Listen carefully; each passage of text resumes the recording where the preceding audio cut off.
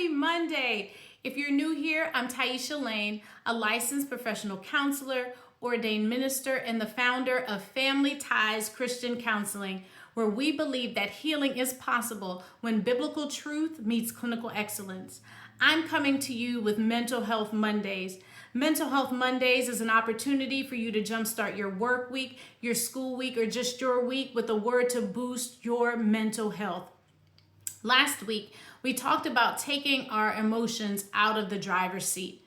While our emotions validate our experiences, our emotions aren't informed enough to solely inform our behaviors. So it will be helpful for us to become more aware of how our emotions are energizing our emotions, how our feelings and emotions are moving us towards or away from our values.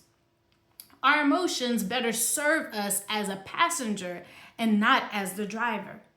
Since our emotions are poor drivers, it lends the question, then who or what ought to drive our lives? Sure, we all want Jesus to take the wheel, but how does Jesus take the wheel of my life in practical ways? And how and when do I attempt to snatch the wheel back? This month, we're going to talk about what makes you do what you do. The truth of the matter is that at any given point in our lives, at any given point of our day, there are a variety of influences that are driving our behaviors. It's frustrating when we can't understand ourselves, when we can't understand why we do what we do.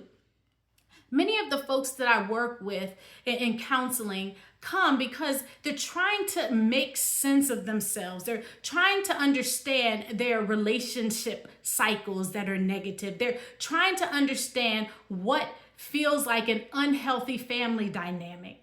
It's frustrating. This month's series is called Oops, I Did It Again. We will be wrestling with what is behind our behaviors and patterns. We'll wrestle with the why behind the things that we keep doing that are not good or profitable for us. We're going to talk about the passengers in the vehicle of our lives that keep trying to take the wheel and drive us to places we were never called, created, designed, or destined to go. I have a deep sense of calling to help folks understand the context of their behaviors and make sense of their world so that they can live into freedom unto God. I believe that all behavior makes sense in context. Now, I'm not saying that all of my behaviors are warranted, ideal, or right, but in the context of our lives, in the context of our world, the way that we are driving makes sense.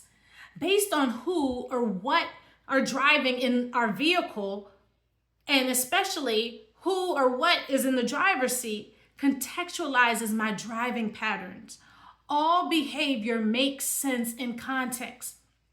For example, someone may shut down, stop talking, or pull away whenever conflict happens.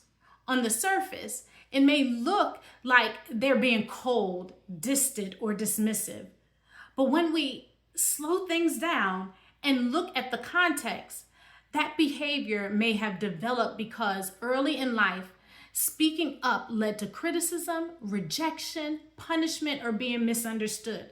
So withdrawal becomes a way to take control of their lives and stay safe.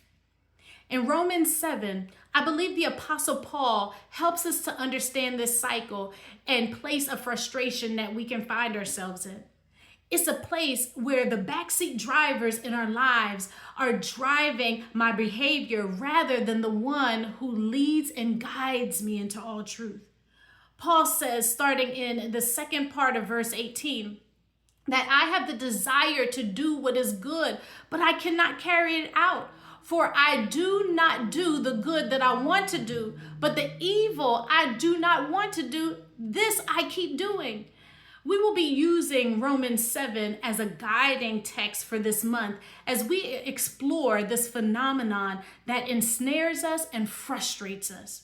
We're going to be using this text to shine a spotlight on the enemy and how he keeps using the passengers of our lives to prevent us from living victoriously. I want to ask you to consider, what are some of the passengers in the vehicle of your life that you sometimes hand the keys over to? Or maybe it feels as though they snatched the wheel. I know we talked about feelings and emotions, but maybe for somebody it's expectations, unhealed pain, trauma, fear. Take some time this week and notice when or if a backseat driver has taken the wheel. Before you go, I want to invite you to consider joining my upcoming values group called Living Your Values. That will begin on July 1st.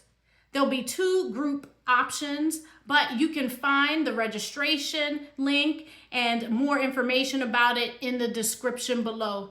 This group is designed to help you slow down, identify what is truly driving your life, and prayerfully consider the values you want in the driver's seat.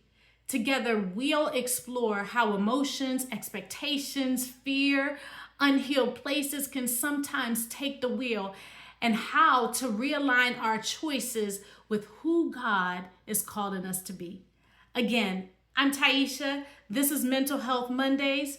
There's healing in the help, and your help comes from the Lord. I'll see you next week.